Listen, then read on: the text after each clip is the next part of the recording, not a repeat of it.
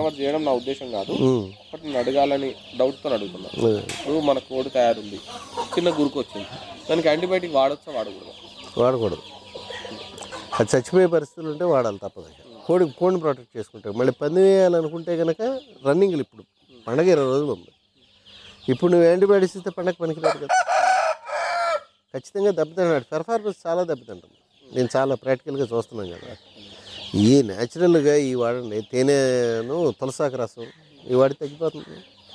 Antibiotic అసలు వీటన్నిటికన్నా ఇవి బాగా తగ్గుతున్నాయండి. మొత్తానికి ఆయుర్వేదం వైపు ఆడుకోండి. చాలా ప్రమాదం, చాలా అసలు లేదు ఉండదు. 50% చేయట్లే. ఇప్పుడు మనకేమైనా వచ్చి కొరకొచ్చిందని మనం తరిమి పెట్టినా కానీ ఉండట్లా. ఎందుకు అలా చేయాలి? ఈ పండగకి పందెం వేసుకునేట్టు ఇవి తగ్గుతున్నాయిగా. ఇప్పుడు కత్తుల విషయం మాట్లాడుతుంది. యూట్యూబ్లో నాకు ఇబ్బంది అయినా కూడా పర్లేదు. ఎక్కువ మన దగ్గర బండ కత్తులు వాడతారు సార్. ఇప్పుడు మా దగ్గర ఉన్నది, మా ఛత్తీస్గఢ్ ఏరియా కావచ్చు, మహారాష్ట్ర కావచ్చు, ఇట్లా పెట్టి ఉప్పు అని ఊరితే దూది కట్ అయిపోద్ది. ఎక్కడ బండ కత్తులు వాడతారు? మన దగ్గర యావరేజ్ కత్తి బాగానే ఉంటాయి. తక్కువ సార్, మావి బాగానే ఉంటాయి. ఇప్పుడు జనరేషన్ మారిందండి. నాకు తెలిసి గత 5 ఏళ్ళ నుంచి 5 సంవత్సరాల నుంచి మామూలు కత్తులే వాడుతున్నారు. యావరేజ్ కత్తులు అంటే మాది బాగా బ్లేడ్ లాగా ఉంటాయి మావి. కాకపోతే వీళ్ళు కింద సంవత్సరం మనం అడిగిన యావరేజ్ కత్తులు చక్కగా ఉంటాయి. కత్తులు తెగపోవడానికి క్వశ్చన్ లేదు. అసలు మా దగ్గర ఇప్పుడు పోటండి. మా దగ్గర వీడియోలు చూడండి. మా దగ్గర ఎక్కువసేపు లేవు. అంటే ఒక వాదన ఉంది మనకు, సంక్రాంతి పందాల్లో బండ కత్తులు వాడతారు ఎక్కువ అని. కొంతమంది వెస్ట్ గోదావరిలో వాడతారండి, కొద్దిగా ఈస్ట్లో కూడా వాడట్లా, వెస్ట్లోనే వాడుతున్నారు. స్పీడ్ కత్తులు వాడుతున్నారు. అది బర్రి పెట్టేవాళ్ళ అడ్వాంటేజ్ కోసం. ఇప్పుడు కేసన్ గారి కోళ్ళు ఉన్నాయి, వాళ్ళకి ఏ కత్తులైనా వాడలేదు. బండ అయినా వాడతాడు, ఈయన వాడతాడు. అంటే ఎంత బాడీలు అట్ట వేసుకుంటాయి. ఇప్పుడు అటు పక్కన కొందరు మా కృష్ణా జిల్లాలో కూడా కొందరు ఉన్నారు. మా చిన్ని ఉన్నాడు. వాళ్ళ కోళ్ళు ఎప్పుడు వాళ్ళ తయారులు బాగుంటాయి, మంచి రాడ్డులాగా ఉంటాయి. వాళ్ళకి బండ కత్తులు కావాలి. వాళ్ళు చూస్ చేసుకుంటాం. ఇద్దరు మాట్లాడుకుని, ఇద్దరు పార్టీలు కలిసి మాట్లాడుకుని చేసుకుంటారు. ఆ తయారులు బాగుండి అసలీ కోడి తయారు చేస్తారు కదా. అసలీ కోళ్ళు తయారులు చేసే వాళ్ళందరికీ కోడి బాగుంటుంది. ఆ కోడి మీద ధీమా మంద కొట్టు పట్టుకొస్తుంది ఎప్పటికైనా కానీ అనేది ఇద్దరు కలిసి కూర్చుని మాట్లాడిన కత్తుల విషయంలో చేస్తారండి. అది వన్ సైడ్గా ఉండదు ఎక్కడ. మా దగ్గర అయితే బాగానే ఉంటాయి కత్తులు. ఇప్పుడు 3 రోజుల పందాలు ఉన్నాయి సార్. రోజు 15 పందాలు అనుకున్నాం, 45 పందాలు ఉన్నాయి. మనకి మంచిగా పోట్లాడి 30 కొట్టినాయి అనుకున్నాం. ఈ 30 మీరు బ్రీడర్ని ఎలా తీస్తారు? కటింగ్ ఎబిలిటీ నన్నే ఎవరైనా చూసారు. నేను అదే చూడమని చెప్తున్నా కదా. ఆ లక్షణాలన్నీ అనుకున్నాం కదండి, ఆ లక్షణాలన్నీ చూస్తాం. కాకపోతే మెయిన్ ఫస్ట్ కటింగ్ ఎబిలిటీ, తర్వాత నెక్స్ట్ ఏం చూస్తాం? దాని షేప్, దాని లక్షణాలు అవి చూస్తాం. రంగు ఏమైనా ప్రామాణికం చూస్తాం? అసలు నేనైతే చూడండి. పర్సనల్ చాలామంది రంగులకు దింపుకోవాలనుకున్న వాళ్ళు చూసుకుంటారు. షేప్ ఒకటి చూస్తారు, కటింగ్ ఎబిలిటీ చూస్తారు. తర్వాత ఫస్ట్ కటింగ్ ఎబిలిటీ, తర్వాత షేపు, సైజు. ఎందుకంటే నేను ఎప్పుడు కురసలు అట్లా తప్పుకెళ్ళి అటు వెళ్ళేవాడిని ఇష్టపడేవాడిని బాగా. అందుకే నా దగ్గర ఎక్కువ కురసలు ఉంటాయి. కిందటి సంవత్సరం పండగ కానీ కేసన్ గారి కానీ ఎక్కువ మూట్లే కొట్టుకెళ్ళి బాగా హెవీ సైజులు వాళ్ళు తీసుకొచ్చింది. హెవీ సైజులయ్యే కొట్టుకెళ్ళాడు. నువ్వు ఎలా అన్నా పోట్లాడు, కాకపోతే సైజు కొట్టింది. ప్రాక్టికల్గా ఉండాలి మనం కూడా. ఈ మధ్యకాలంలో నేను చూసినవి కూడా సైజులు ఎక్కువ కొట్టినాయి. బలాలు కూడా సైజులు, బలాలు, హెవీ బలాలు. అసలు బోన్ పవరే అంతా. కేసన్ లైక్ చేసేదే వాటిని చేస్తాడు ఎక్కువ. నాకు తెలుసు కదా, 20 ఏళ్ళ నుంచి మా ఫ్రెండ్ తను లైక్ చేసేదే బోన్ పవర్, పెద్ద షాట్ లైక్ చేస్తాడు. అది దానికి తగ్గట్టు తీయించుకుంటారు. దానికి కావాల్సిన మాకేమైనా మెదర్ ఇష్టం. టాక్టిక్గా ఆలోచించేదాన్ని అంతే. తర్వాత విషయం ఏంటంటే సార్, ఇప్పుడు చాలా మంది ఇబ్బంది పడేది ఒకటి ఉంది. పందెం కొట్టి వస్తున్నారు, ఇంటికి వచ్చినాక దీన్ని ట్రీట్మెంట్ తెలియక చనిపోతుంది. దానికి ఏ విధంగా ట్రీట్మెంట్? సింపుల్గా ఒక బ్లైండ్గా అందరు ఫాలో అయ్యే ఒక రకమైన ట్రీట్మెంట్ చెప్పండి సార్. అంటే దేని దెబ్బలకే కదా. ఎక్కువ సలుపులు కారే చచ్చిపోతాయండి వీళ్ళు. ప్రాపర్గా సలుపుని బ్లడ్ క్లాట్ చేయకపోతే జరిగేది ఇది.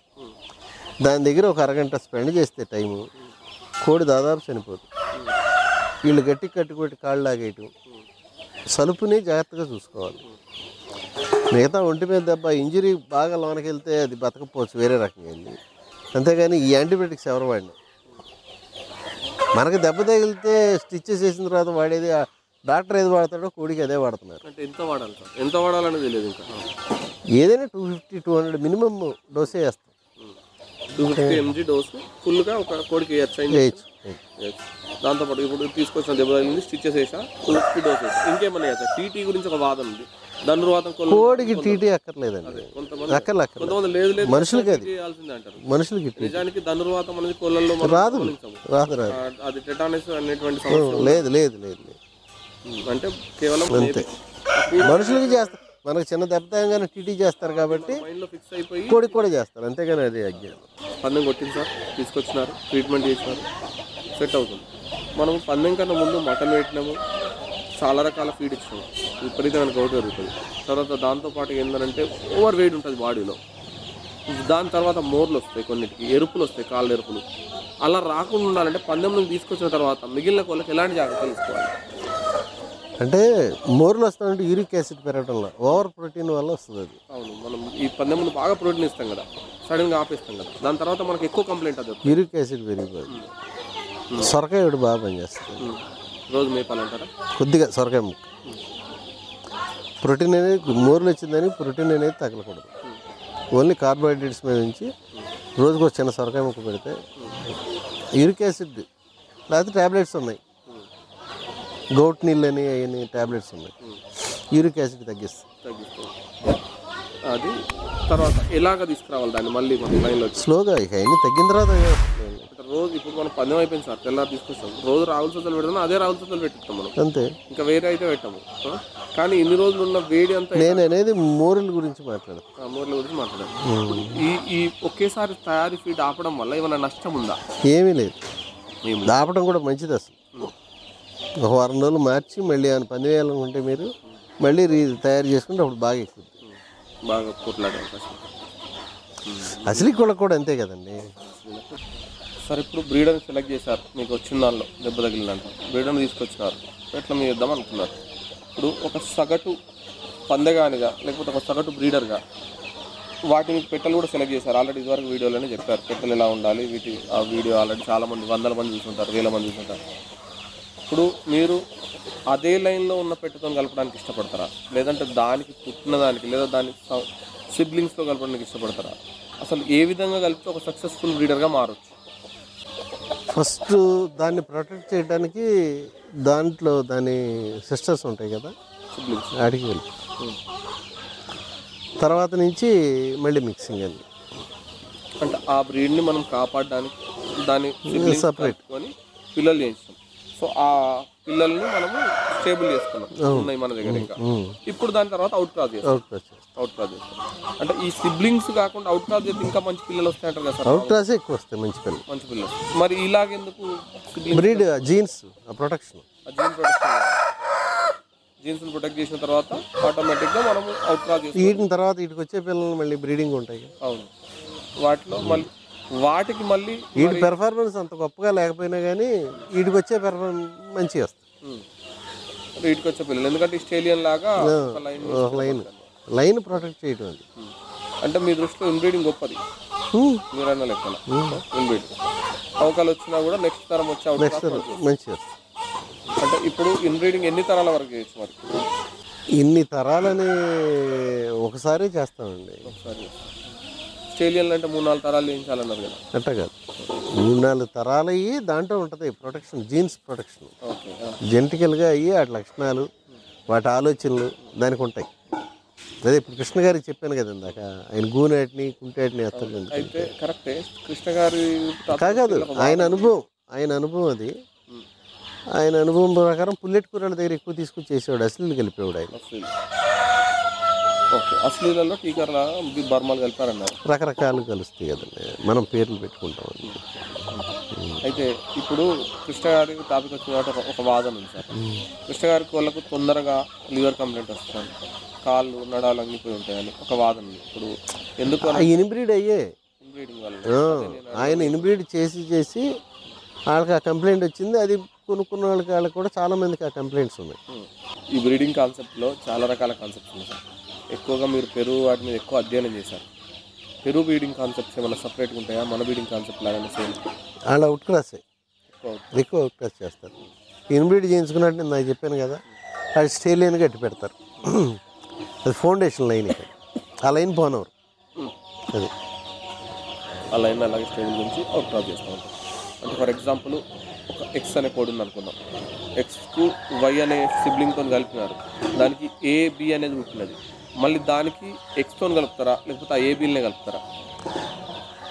వాళ్ళు ఎక్స్తో కలుపుతారు. ఎక్స్తో అంటే తండ్రితో కలుపుతారు. కలిపితే వచ్చేదాన్ని ప్రొటెక్ట్ చేస్తారు. ఇంకెక్కువ కలపరండి. అప్పుడు మనము ఫర్ ఎగ్జాంపుల్ సి దిగింది అనుకున్నాం. సిని అట్లే ఉంచేసి దానికి అవుట్ క్రాస్ నీకు అటుకు వచ్చి మంచిగా వస్తాయి కదా. మళ్ళీ కావాలన్నప్పుడు మళ్ళీ దాన్ని మళ్ళీ ఎక్స్తో కలుపుతారా లేదంటే ఏతో కలుపుతారా? ఫస్ట్ దాంతో కలుపుతారు. ఎక్స్తో కలుపుతారు. మళ్ళీ వస్తుంది. మళ్ళీ అప్పుడు ఒక ఈ వచ్చింది అనుకుందాం, దానికి మళ్ళీ అవుట్ క్రాస్. వీటిలో సక్సెస్ చూసుకుంటారు కదండి. ఎందరూ అన్నీ రావు కదా, సక్సెస్ని బట్టే మారుతూ ఉంటాయి ఎవరేం చేసేది. అంటే ఇన్బ్రీడింగ్ అంత గొప్పది, ఇన్బ్రీడింగ్ చాలా గొప్పది ఈ విషయంలో. అంటే బ్రీడ్ని ప్రొటెక్ట్ చేయడానికి ఒక బాగా సక్సెస్ఫుల్ అయినైతేనే కదా ఎవరైనా ఎంత చేసేది, జాగ్రత్త తీసుకునేది. ఇప్పుడు ఇందులో ఇంకో విషయం ఉంది, లైన్ బ్రీడింగ్ ఉంటుంది. ఫర్ ఎగ్జాంపుల్ ఏబిసిడికి 4 సపరేట్ లైన్లు మెయింటైన్ చేస్తూ ఏతో బిని సిని డి దాన్ని క్రాస్ చేయించడం లైన్ బ్రీడింగ్. ఈ లైన్ బ్రీడింగ్ వల్ల ఇంకెక్కువ ప్రయోజనాలు ఉండొచ్చు అంటారా మరి? ఈ లైన్ బ్రీడింగ్, ఇన్బ్రీడింగ్, ఈ శాస్త్రాలు ఇవన్నీ మనకు చెప్పే ఐడియన్స్ ఎవరు ఫాలో అవ్వరు. ఫస్ట్ పాయింట్ మీరు గుర్తుపెట్టుకోండి. నేను అందుకనే సింపుల్గా ఒకటే, బాగా కటింగ్ ఎబిలిటీ బాగా కత్తులేసిందంతా పిల్లలు చేయొచ్చు, ఖచ్చితంగా మంచిగా వస్తుంది. మంచి కత్తులు వేయాలి, బాగా మంచి బాడీ అలైన్మెంట్ కరెక్ట్గా ఉంటే ఉన్నదానికి ఎప్పుడు కత్తులు బాగా పడతాయి. మీరు ఇంత లోతుగా వెళ్ళక్కర్లే ఇక్కడ. నిజంగా మన ఆడియన్స్, మన జనం, మనం చూసే దీన్ని బట్టే కదా మనం వాళ్ళకి ఇవ్వాల్సిన ఇన్ఫర్మేషన్ ఇవ్వాలి. అవును, అది ఇప్పుడు యూట్యూబ్లో కొట్టినా ఎక్కడ కొట్టినా నెట్లో కొట్టినా అన్నీ దొరుకుతున్నాయి. మీకు అట్లా చేయాలని ఇంట్రెస్ట్ ఉన్నాడు, చూసి చేసుకుంటాడు. అలాగంటారు. ఓకే, నేనేది అది మీ కాన్సెప్ట్ ఎక్కువ మిమ్మల్ని నమ్మే చేసే వాళ్ళు చాలా వేలల్లో ఉన్నారు, వందలు. నేనైతే కొట్టినట్టు చెప్పేది ఎప్పుడూ ఒకటే, కటింగ్ ఎబిలిటీ అంతే. కటింగ్ ఎబిలిటీ ముఖ్యమైనది, కటింగ్ ఎబిలిటీ. దాని తర్వాత అంతే. ఫస్ట్ కటింగ్ ఎబిలిటీ ఉన్నదాన్ని చూస్ చేసుకొని దాంతో చేసుకోవాలి అంతే. నుంచి ఉన్నాను, చిన్నప్పటి నుంచి అదే అలవాటు అయింది. 45 ఏళ్ళు ఎక్స్పీరియన్స్ ఉంది నాకు 5-6 ఏళ్ళ కాడి నుంచి చూస్తూనే ఉన్నా. 5-6 ఏళ్ళప్పుడు మనం ఏం చేయలేం కదా. 10 ఏళ్ళ కాడి నుంచి మాత్రం పూర్తిగా ఈ పని మీదే ఉన్నా. లెక్క చెప్పలే, లెక్కగా అన్నది వేసి ఉంటా. పోయినవి ఎక్కువ ఉంటాయి. కొట్టడు కన్నా సక్సెస్ఫుల్ స్టోరీ కన్నా ఫెయిల్యూర్ స్టోరీ ఎక్కువ. ఎక్కడ ఫెయిల్ అవుతామంటే ఇప్పుడు ఫెయిల్యూర్ శాతం తగ్గిపోయింది. ఏజ్ ఫ్యాక్టర్లో ఫెయిల్ అవుతాం. మనకు అదం ఉంది కదా అని కోడికి కూడా అదం ఉంది అనుకుంటే దెబ్బతింటాం. మన దగ్గర డబ్బులు ఉంది కదా అని ఎదురు తిరిగితే దెబ్బతింటాం.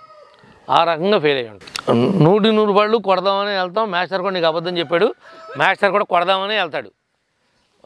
మాస్టర్ని దొంగ మాటలు చెప్పొద్దని చెప్పండి. మాస్టర్ కూడా మొత్తం దోసేద్దామని వెళ్తాడు పాపం. పెద్ద ఆశి, కూతుగా ఆశ ఉండదు మాస్టర్కి పాపం. ఎందుకంటే రిస్కులు కూడా అట్లా ఉంటాయిలే. దాంతో మొత్తం కొట్టేద్దామని వెళ్తాడు పాపం. కానీ ఒక్కొక్కసారి కొట్టగలుగుతాడు, ఒక్కొక్కసారి కొట్టలేడు కదా. నేనేమి ఆడ స్థాయి కాదు నాది. ఆడది వేరు, నాది వేరు. వాళ్ళు బ్రీడింగ్ చేస్తారు, వాళ్ళు అమ్ముతారు. నాది సేల్ పర్పస్ లేదు. నాకు సరదాగా పెంచుకుంటాం, పందేలు వేయడం తప్ప సేల్స్ లేదు కదా నాకు. వాళ్ళంటే సేల్స్ ఉంది, వాళ్ళకి బ్రాండ్ ఉంది. వాళ్ళకి నాకు బ్రాండ్ ఉన్నా నేను మార్కెటింగ్ చేయను, ఓన్లీ పెంచుకుంటాం. వరకు పనిగట్టుకుని కృషి చేసేది ఏం లేదు. కానీ ఎప్పటి నుంచో, ఇంకా చిన్నప్పటి నుంచి అలవాటు ఉంది కదా, దాని మీద అట్లా నడిపిస్తున్నాం అంతే. నేనంత మీరు అనుకున్నంత ఎక్స్పర్ట్ని కాను నేను బ్రీడింగ్లో. నేను చాలా చిన్నోడిని. ఇప్పుడు వాళ్ళంటే కమర్షియల్గా చేస్తారు. నేనంటే నాకు కావాల్సిన వరకు నేను బ్రీడింగ్ చేపిస్తా తప్ప నేను కమర్షియల్ కాదు నాది. ఇప్పుడు ప్రభాకర్ గారైనా, మీరు అన్నట్టుగా రాజు గారైనా, ఇంకొకళ్ళైనా వాళ్ళు దాన్ని ఒక వ్యాపారంగా మలిచారు. వాళ్ళు ఆ రకంగా డెవలప్ చేస్తున్నారు. ఇప్పుడు ఏంటంటే మీ మీడియా వచ్చిన తర్వాత, ఈ సెల్ ఫోన్స్ వచ్చిన తర్వాత, వాట్సాప్లని, ఫేస్బుక్లని, యూట్యూబ్ అని ఈ ఛానల్స్ వచ్చిన తర్వాత కొద్దిగా ఎక్కువ జనం అవగాహన చేసుకుంటున్నారు. అప్పుడు ఇంత బ్రీడ్ లేదు, ఇంత డెవలప్మెంట్ లేదు, ఇంత పబ్లిసిటీ లేదు. రెండోది, ఈ కోళ్ళు అనేది కొనుక్కొచ్చి దెబ్బతింటున్నారని మీరు అన్నారు. ఇది ఒక చిన్న కుటీర పరిశ్రమ అయిపోయింది. మీరు సుమారుగా ఈ మండలం చూసుకుంటే ఇలాంటివి ఒక 100-150 ఉంటాయి. మీరు ఇప్పుడు ఇక్కడున్న దొడ్లు లాంటివి ఒక 150 ఉంటాయి. ఈ 150లో పందాలు కట్టేవాళ్ళు 10 మంది ఉంటారేమో. 140 మంది సేల్స్ పర్పసే, బ్రీడింగ్ చేయించడం, పెట్టలను అమ్మటం, బ్రాండ్ వేసుకుంటాం. ఇది కేఎస్ఎన్ దగ్గర తెచ్చాం, ఇది గుజరాత్ ప్రభాకర్ దగ్గర తెచ్చాం అని వాళ్ళ పేర్లు చెప్పుకుని వీళ్ళు అమ్ముకుంటాం. వాళ్ళ దగ్గర తెస్తున్నారో లేదో మనకైతే తెలియదు, కొంతమంది తెస్తా ఉంటారు. అట్లా బ్రాండ్ పెట్టుకుని దాన్ని మార్కెటింగ్ చేసుకునే వాళ్ళకి ఇది సరైనటువంటి ఒక కుటుంబం హ్యాపీగా బ్రతకడానికి మాత్రం కోళ్ళు పెట్టుకుని బ్రతికేటువంటి అవకాశం ఉంది ఇవాళ ఉన్న పరిస్థితుల్లో. ఏ పని చేసినా కానీ మనిషి బ్రతకలేకపోతున్నాడు కాబట్టి కోళ్ళు పెట్టుకునైనా బ్రతకగలడు. ఈ కోళ్ళకైతే కరోనా ఎఫెక్ట్ కూడా లేదు. ఒకప్పుడు పెంటకుప్పల మీదే ఉన్నాయి కోళ్ళు, ఇప్పుడు కూడా పెంటకుప్పల మీద తిరుగుతున్నాయి కొన్ని. అది కోడికి అది దొడ్లో బతకాలి, పెంటకుప్ప మీద బతకాలని ఎక్కడా రాసలేదు. అది సహజంగా దొడ్లో కన్నా పెంటకుప్ప మీద బాగా హ్యాపీగా ఎంజాయ్ చేస్తాయి. కానీ ఇప్పుడు మారుతున్న పరిస్థితుల్లో ఇదివరకు 2-3 పెట్టలు పొదగేసేవాళ్ళు. 2-3 పెట్టలు అంటే పెట్టకి ఒక 10 గుడ్లు అట్లా పెట్టి పొదగేసి పిల్లలు చేయించేవాళ్ళు. ఇప్పుడు పొదగేయడం అనేది మానేశారు. ఈ బ్రీడర్స్ బ్రీడింగ్ చేయించేవాళ్ళు ఎవరైనా వాళ్ళంతా ఇంక్యుబేటర్ కొనుక్కొచ్చి వాటిల్లో గుడ్లు పెట్టి దాని ద్వారా పిల్లలు చేయించి ఆ పిల్లలన్నీ ఒక పెట్టకు కలిపి తిప్పుతూ ఉన్నారు. సంవత్సరం అంతా ఒక 50-60 పిల్లలు ఇదివరకు చేపిస్తే మామూలుగా, ఇప్పుడు నెలలోనే 100 పిల్లలు చేపిస్తున్నాడు. ప్రతి నెలకి 100 పిల్లలు దింపుతున్నాడు. అంటే ఏంటంటే వీనికి సేల్స్ ఎక్కువైంది కాబట్టి, మార్కెటింగ్ ఉంది కాబట్టి ఎక్కువ పిల్లలను తీసి ఎక్కువ పిల్లలను అమ్మగలుగుతున్నాడు. ఎంత ఎక్కువ తీసి అమ్మగలిగితే అంత ప్రాఫిట్ ఉంటుంది. ఆ ఉద్దేశంతో ఇదివరకు బిజినెస్ మోటివ్ లేదు. అందరి దగ్గర ఏదో నాటుగా దొరికేవి కొనుక్కునేవాళ్ళు, వాటినే పందాలు కట్టుకునేవాళ్ళు. ఇప్పుడు పందాలు కట్టడానికి కూడా ఒక బ్రాండ్ లేకపోతే కనుక దానికి మార్కెటింగ్ లేదు. ఆ బ్రాండ్ పేరు మీద ఎక్కువ చేసి సేల్స్ చేసుకుంటున్నారు. జాతి అనేది లేదు, అందరి జాతి ఒకటే. కేఎస్ఎన్ జాతి ఒకటే, ప్రభాకర్ జాతి ఒకటే, మా జాతి ఒకటే, అందరి జాతి ఒకటే. అది ఇప్పుడు ఒక 100 మంది మనం స్కూల్లో పిల్లలను చూస్తే 100 మందిలో 4-5 పిల్లలు టాపర్స్ అవుతారు. 100 మంది పిల్లల్ని ఒకే రకంగా ఒకే స్కూల్లో ఒకే టీచర్ పాఠాలు చెప్పినా వాళ్ళకేమి ఈ 5లాగా ఆ 95 మంది అవరు. దీనిలో కూడా అంతే. ఆ 5% 100కి 5 కోళ్ళు ఎక్స్ట్రాడినరీ కోడిపుంజులు వస్తాయి. అవి ఇప్పుడు వల్ల కానీ దాని పూర్వం వాటి తల్లిదండ్రులు తాతల వల్ల కానీ ఇంకో దాని వల్ల కానీ ఎక్స్ట్రాడినరీగా ఆ పోట్లాట స్పిరిట్ వస్తుంది.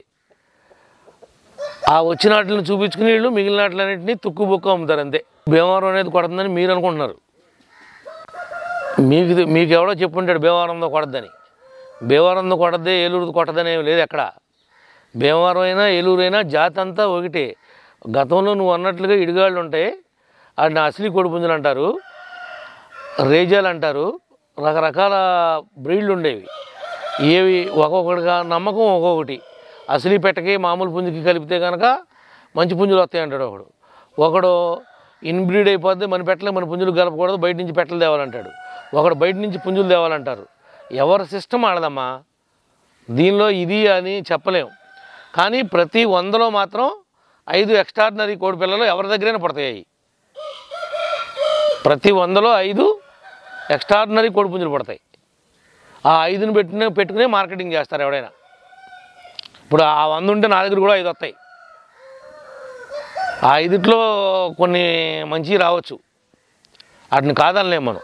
మన దగ్గరే కాదు, ఏమీ లేనివాడు పెంటకొప్పల మీద దగ్గర కూడా 100 పిల్లలు ఉంటే కనుక ఆడి దగ్గర కూడా 5 వస్తాయి. పెంటకొప్పల మీద పెరిగితే కూడా. పెంటకొప్పల మీద పెరిగింది మంచి పనికి మాలిందని మనం తీసేయలేం. అంటే వాడు వేసేటువంటి పెట్టలు కానీ పుంజులు కానీ ఎంతో కొంత వాసన లేని వాటిని ఏరు ఎవరో వాసన ఉన్న వాటినే వేస్తారు. దానివల్ల మంచి పుట్టడానికి అవకాశం ఉంటుంది. ఇప్పుడు ఇంక్యుబేటర్తో పుట్టిన వాటికి తెలివితేటలు ఉండవు, అవి పోట్లాడవు అనే విషయం నాకు తెలియదు. ఎందుకంటే నేను ఇప్పుడు పెట్టలేదు ఇప్పుడు దాకా. అట్లా అని ఆటల్లో పుట్టిన పందాలు కొట్టుకోకుండా పోయినట్లుగా కూడా ఎక్కడ మనం సైంటిఫిక్గా చెప్పలేం. ప్రూవ్ కాలేదు అదేమి, ఎవరు వీళ్ళేం టెస్టులు చేయాల. ఓ మాటలో చెప్పాలంటే ఇప్పుడు ఎవరైనా మామూలుగా ఈ కలిపి పుట్టిన తర్వాత ఆడు కూడా పెట్టకేస్తాడు. దానిలో పిల్లలు తీపిచ్చినా సరే దాన్ని ఒక పెట్టకు కలిపి ఆ పెట్ట సంరక్షణలోనే పెరుగుతాయి. అవి కూడా ఆ పెట్టకి అడాప్ట్ చేస్తారు వాటిని. దాన్ని మనం అంత చెప్పలేం మనకున్న అనుభవంతో. ఏదేమైనా ఇప్పుడు మారుతున్న పరిస్థితుల్లో కోడిపందాలు అనేది ఒక క్రేజ్ గేమ్ అయిపోయింది. ప్రతి గ్రామంలో కూడా పల్లెటూరులో ప్రతిరోజు ఇంచుమించుగా ఈ కరోనా టైంలో తప్ప ఎక్కడో చోట గ్రామీణ వాతావరణంలో పందాలు వేస్తూనే ఉంటున్నారు. ఏమంటారు, వాడికి కావాలి కోడి కావాలి కాబట్టి కంపల్సరీగా కొనుక్కోవాలి. కొనుక్కున్నప్పుడు ఆటోమేటిక్గా అమ్మినోడికి డబ్బులు వస్తాయి, వీడికి ఉపాధి, వాడికి సరదా. వాళ్ళందరూ కూడా దాన్ని ఏమంటారంటే భీష్ముళ్ళు లాంటి వాళ్ళు, పితామహులు వాళ్ళు. వాళ్ళు చెప్తారు తప్ప పెట్ట ఎట్టు ఉండాలి, కాలు ఎట్టు ఉండాలి, కన్ను ఎట్టు ఉండాలి, ఇవి ఉండాలని చెప్పి ఆ పితామహులతో మేము పోటీ పడలేం, మేము పోల్చుకోవాలి. నా దృష్టిలో ఎలా ఉన్నా ఎంతో కొంత వాసన ఉంటే చాలు దానికి. దాని తల్లో తండ్రో ఎన్నో కొంత పందాలు కొట్టి కొద్దిగా పర్వాలేదు అని అనుకుంటే నేను సరిపెట్టుకోగలను. కానీ వాళ్ళు అట్లా కాంప్రమైజ్ కారు. వయసులతో సంబంధం కానీ ఇంకోటి కానీ నాకేమీ తెలీదు. నేను 40 ఏళ్ళలో ఉన్నా కోళ్ళల్లో. నాకు ఆ పిచ్చ, బ్రీడింగ్ పిచ్చ, సేల్స్ పిచ్చ లేదు. అవి వాళ్ళు సేల్స్ చేస్తారు కాబట్టి వాళ్ళు దాని మీద దృష్టి ఎక్కువ పెడతారు. నేను పందెం కట్టడం వరకే, దాన్ని పందెం వేసేయడానికి ప్లాన్ చేసుకుంటా తప్ప నేను దాని పిల్లలు దింపుదాం, అట్ట చేద్దాం అని నేనేమి ఆలోచించను. రెచ్చివాటం అన్నా మెట్టవాటం అన్నా ఒకటే. అంటే రెచ్చివాటం అన్నా మెట్టవాటం అన్నా ఒకటే. అంటే అది అట్లా తోకట్ట పైకి ఉంది కదా, అది పొడుకుందే, అలా ఉన్నదాన్ని రెచ్చివాటం అంటారు. ఇది సమాంతరంగా ఉంది. అవన్నీ మీరు పెరుగు టైప్ అని, ఆ టైప్ అని, ఈ టైప్ అని ఆ గుడివాడ మాస్టర్కి బాగా తెలుసు. గుడివాడ మాస్టర్తో పాటు కేసన్ కూడా చెప్తారు ఆయన. ఈ పెట్టకి, ఈ పుంజుకి, దీనికి బ్రీడింగ్ చేపిస్తే ఈ పిల్లలు వస్తాయి, ఇలాంటి రంగులు పుడతాయి, ఈ విధంగా పోట్లాడతాయని వాళ్ళు దాని మీద వాళ్ళు ప్రాక్టీస్ చేస్తారు. వాళ్ళకి ఆ నాలెడ్జ్ ఉంది. ఇప్పుడు కేసన్ కన్నా మంచి బ్రీడ్ ఉన్నాడు ఉన్నాడు, మాస్టర్ కన్నా మంచి బ్రీడ్ ఉన్నాడు. కానీ ఆడు బయటికి రాడు. ఆడు బ్రీడ్ గురించి ఆడు చెప్పుకోలేడు. వాడు చిన్నప్పుడే అమ్మేస్తాడు. ఏళ్ళ దగ్గర కొనుక్కెళ్ళిన పెట్టలే, ఏళ్ళ దగ్గర కొనుక్కెళ్ళిన పుంజులే ఆడ దగ్గర కూడా. వాడు చిన్నప్పుడే తొందరగా డబ్బులు చేసేసుకుంటాడు. వీళ్ళంటే బ్రాండ్ ఉంటుంది కాబట్టి వీళ్ళు ఎప్పుడైనా మార్కెటింగ్ చేసుకోగలరు కాబట్టి వీళ్ళు ఒక స్టేజ్ వచ్చే వరకు ఆపుతారు తప్ప. కాదే, అసలు అట్లా కాదు. ఇప్పుడు ఈ కేసన్ని, మాస్టర్ని, వీళ్ళందరినీ నాతో తిట్టిద్దామని ఏమైనా కార్యక్రమం ఇది. నా ఫ్రెండ్సే వాళ్ళందరూ. నేను కూడా వాళ్ళ దగ్గర కోడిపెట్టలో పుంజులు తెచ్చుకుంటూ ఉంటాను, వాళ్ళని సలహాలు అడుగుతూ ఉంటాను. నాకు వాళ్ళకేం క్లాసులు లేవు, అందరితో ఫ్రెండ్షిప్గానే ఉంటాను నేను. ఇది ఇప్పుడు అదృష్టం ఉండాలి, మనం ఏం చెప్పలేము. కోడిపందాల్లో కోడిపందం అంటే మట్టి కుండతో సమానం. మట్టి కుండతో నీళ్ళు మోస్తుంటే ఎప్పుడైనా ఊడిపోద్ది అది. కోడిపుంజు పొడిచింది, ఎన్ని పందాలు పొడిచినా ఎప్పటికప్పుడు చచ్చిపోద్ది అది. ఇది సావదు, దీనికి మరణం లేదని చెప్పగలిగేవాడు ఎవడో లేడు. ఏమంటావు? నాగార్జున కూడా పెట్టలేని పుంజులు కొన్నాడు అనుకో, అవి నీ అదృష్టం బాగుండి, నీ ఫేత్ బాగుండి 4 పందాలు కొట్టినాయి అనుకో ఎక్కడన్నా పెద్ద పందాల్లో, నీ చుట్టూతో కూడా తిరుగుతూ ఉంటారు. నువ్వు కేసన్ జతకే, మాస్టర్ జతకే ఎక్కేస్తావు. ఎందుకంటే నీ దగ్గర అందులో మీడియా ఉంది, నీది నువ్వే పెట్టుకోవచ్చు. మేమైతే నీలాంటి వాళ్ళని మమ్మల్ని ప్రమోట్ చేయరా బాబు అని అడగాలి. ఏమంటావు? నువ్వు కూడా ఆడ స్థాయికి వెళ్ళిపోవచ్చు. అది పెద్ద విషయం ఏం కాదు నాకు తెలిసైతే. ఇప్పుడు కేసన్కి ఎన్నో 40 ఏళ్ళు పట్టింది ఇండస్ట్రీ అంటాడు, మాస్టర్ నడితే నా జీవితమే దీంట్లో అయిపోయింది అంటాడు. ఇప్పుడు నువ్వైతే 1 ఇయర్లోనే వచ్చేయచ్చు, ఎందుకంటే నీ దగ్గర ఇది ఉంది కదా టెక్నాలజీ. దీన్ని అడ్డం పెట్టి నువ్వు వాళ్ళతో పాటు సమానంగా రాణించవచ్చు నువ్వు కూడా. నాగార్జున, నీకు ఒకటే చెప్తున్నా, అది కేఎస్ఎన్ కావచ్చు, మాస్టర్ కావచ్చు, పెరుగు కావచ్చు, ఇంకోడు కావచ్చు, దానికి రంగు అనేది ఉంది. రంగు లేకపోతే, ఆడికి ఫేత్ లేకపోతే ఏదైనా చచ్చిపోద్ది. కేఎస్ఎన్దైనా చచ్చిపోద్ది, నాదైనా చచ్చిపోద్ది, మాస్టర్దైనా చచ్చిపోద్ది, ఎల్లదైనా చచ్చిపోద్ది, పుల్లదైనా చచ్చిపోద్ది. ఎవడు నేను మగవాడిని కోడిపందాల్లో చెప్పేవాడిని ఇప్పుడు నేను చూడాల. ఎవడైనా కోడి చనిపోవాల్సిందే తప్ప నేను కొట్టిస్తాను, ఛాలెంజ్ చేస్తున్నానని చెప్పి కెపాసిటీ ఎవరికి లేదు ఇప్పుడు ఈ ప్రపంచంలో, నాకు తెలిసినంతవరకు. వినపడుతుందా? ఆడ ఫేత్ ఉండాలి. రెండోది ఎంతో కొంత కోడిలో సబ్జెక్ట్ ఉండాలి.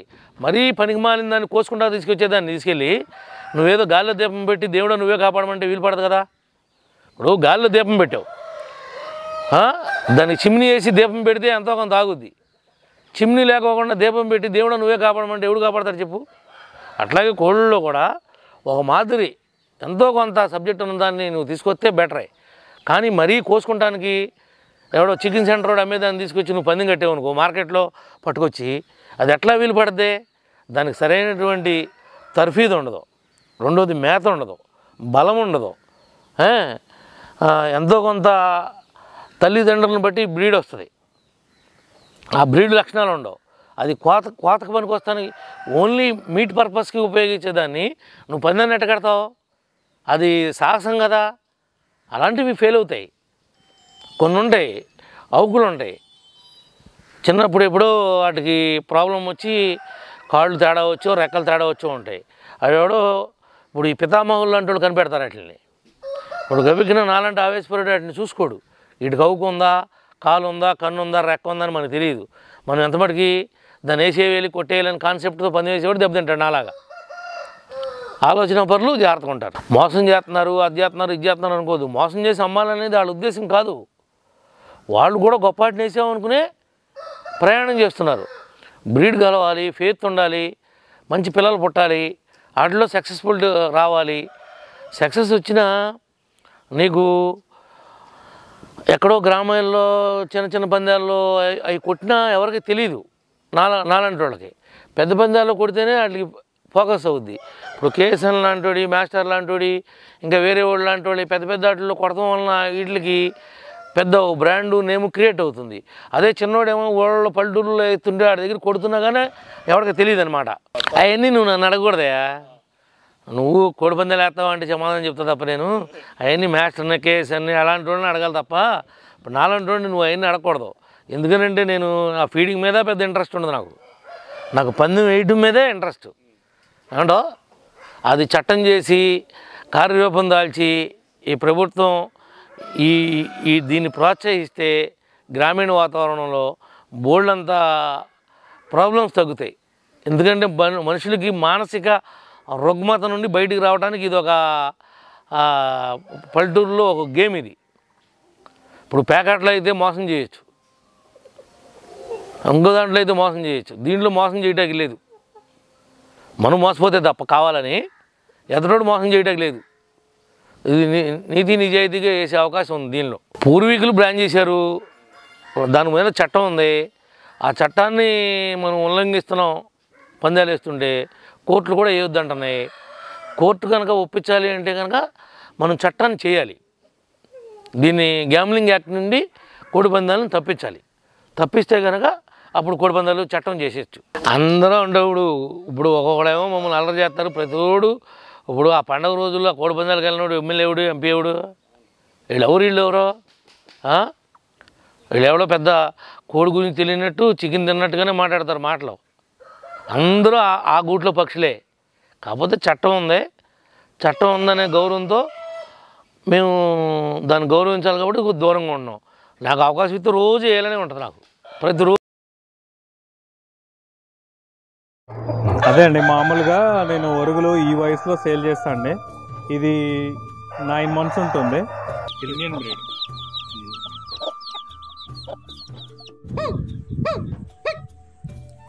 పెట్టమారు, డేగ పెట్టమారు.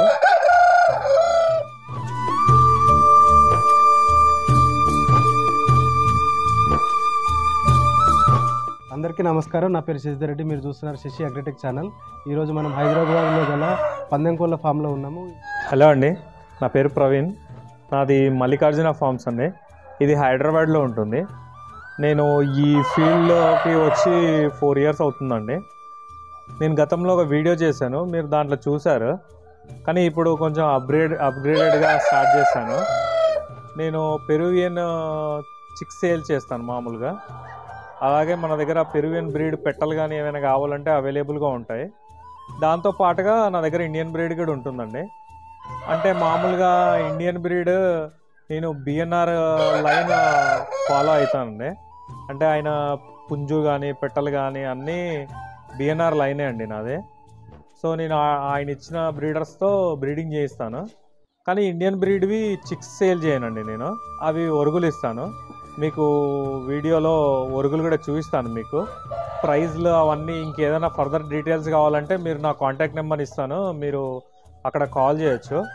నేను ఒక్కోటి మీకు ఇప్పుడు బ్రీడింగ్ యూనిట్స్ చూపిస్తాను మీకు. అదే ఇందాక నేను చెప్పినట్టు ఇది నా ఇండియన్ బ్రీడింగ్ యూనిట్ అండి. ఇది పెట్టమారు, డేగ పెట్టమారు. ఈ మామూలుగా ఇదంతా ఇండియన్ బ్రీడ్ సెటప్ అండి. మామూలుగా ఈటీవీ నేను పిల్లలేం అమ్మనండి, చిక్స్ సేల్ ఉండదు ఇండియన్ బ్రీడ్కి. ఇది ఓన్లీ నేను ఒరుగులు చేసి అమ్ముతా అండి. వీటి కాస్ట్ ఏదన్నా డీటెయిల్స్ కోసం మీరు నన్ను కాంటాక్ట్ అవ్వచ్చు. నేను మీకు కాంటాక్ట్ నెంబర్ మామూలుగా వీడియోలో పెడతాను.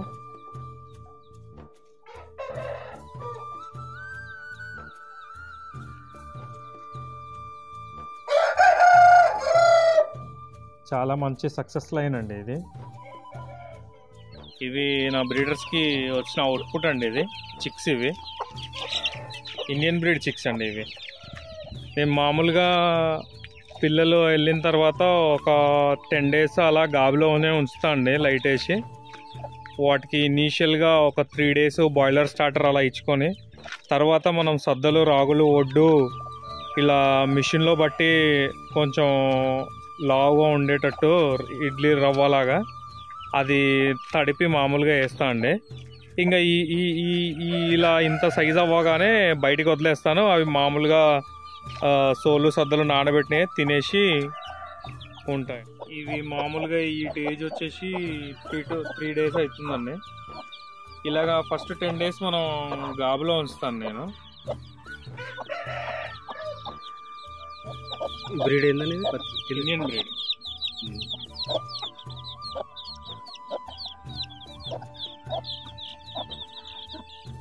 ఇది ఇంకొక ఇండియన్ బ్రీడింగ్ యూనిట్ అండి. ఇది కాకి పెట్టమారండి పుంజు వచ్చేసి. ఇది బిఎన్ఆర్ గారి లైనే. ఆ లైన్ చాలా సక్సెస్ఫుల్ అండి, అందుకే నేను దాంతో బ్రీడింగ్ చేయిస్తున్నాను. ఇది మీరు చూడొచ్చు, ఇది ఇంకో బ్రీడింగ్ సెటప్ నాది.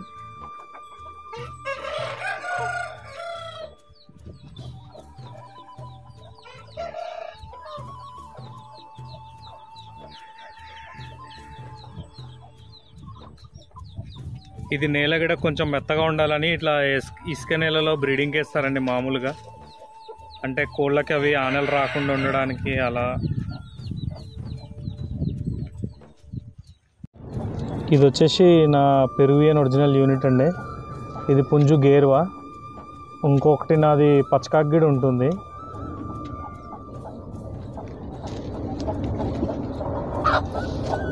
నేను దీనివి చిక్ సేల్ చేస్తా అండి.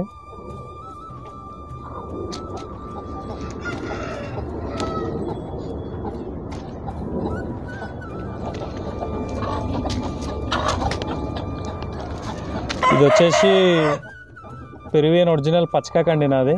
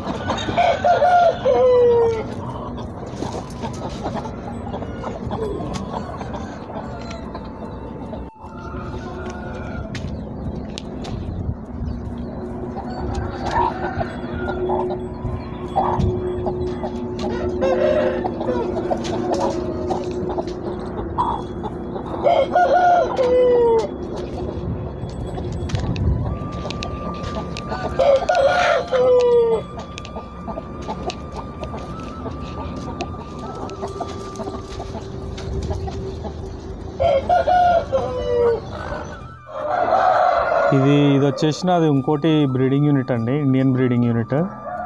దీంట్లో నేను కన్నపెట్టలు చేయిస్తున్నాను. కొంచెం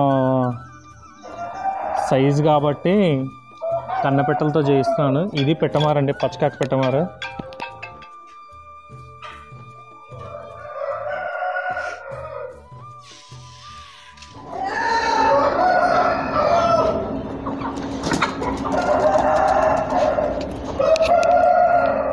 ఇందాక మీకు చెప్పినట్టు నేను నా ఒరుగులు చూపిస్తాను అండి. నేను ఈ వయసు నుంచి సేల్ చేయడం స్టార్ట్ చేస్తాను. మీకు ఒక్కోటి చూపిస్తాను నా క్వాలిటీ ఇదంతా.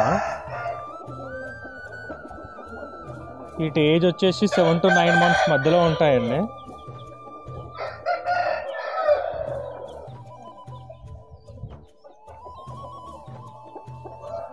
దీంట్లో ఇండియన్ బ్రీడ్ ఉంటాయి, అలాగే 3rd generation క్రాసులు కూడా ఉంటాయండి. డైరెక్ట్ క్రాస్ కాదు.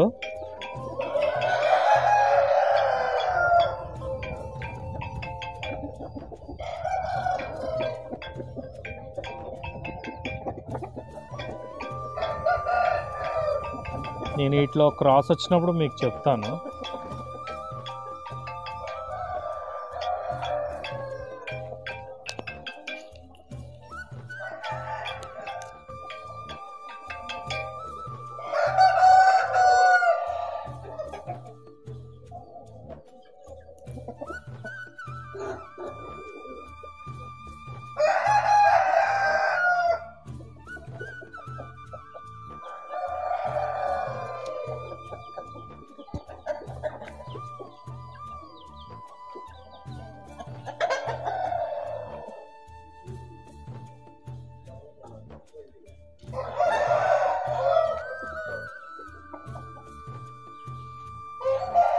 ఇలా ఉంటాయండి 3rd generation క్రాస్ అంటే.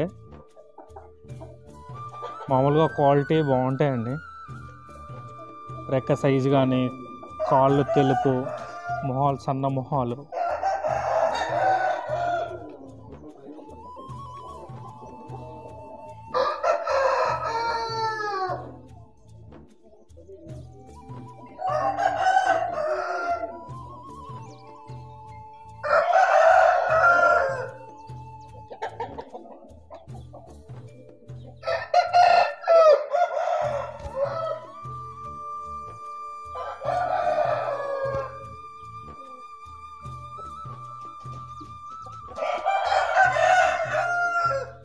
నేను ఈ ఏజ్ వచ్చాక సేల్ చేస్తానండి. ఇదన్నీ ఇండియన్ బ్రీడ్ అండి, ప్యూర్.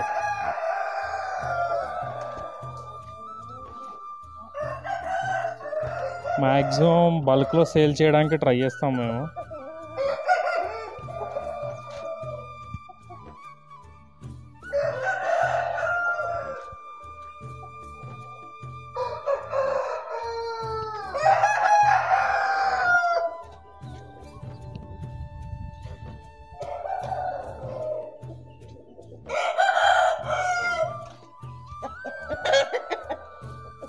ఈ పెరువియన్ ఒరిజినల్ పట్టా అండి. ఇది పెరువియన్ ఒరిజినల్ అయితే ఇలా ఉంటుంది క్వాలిటీ.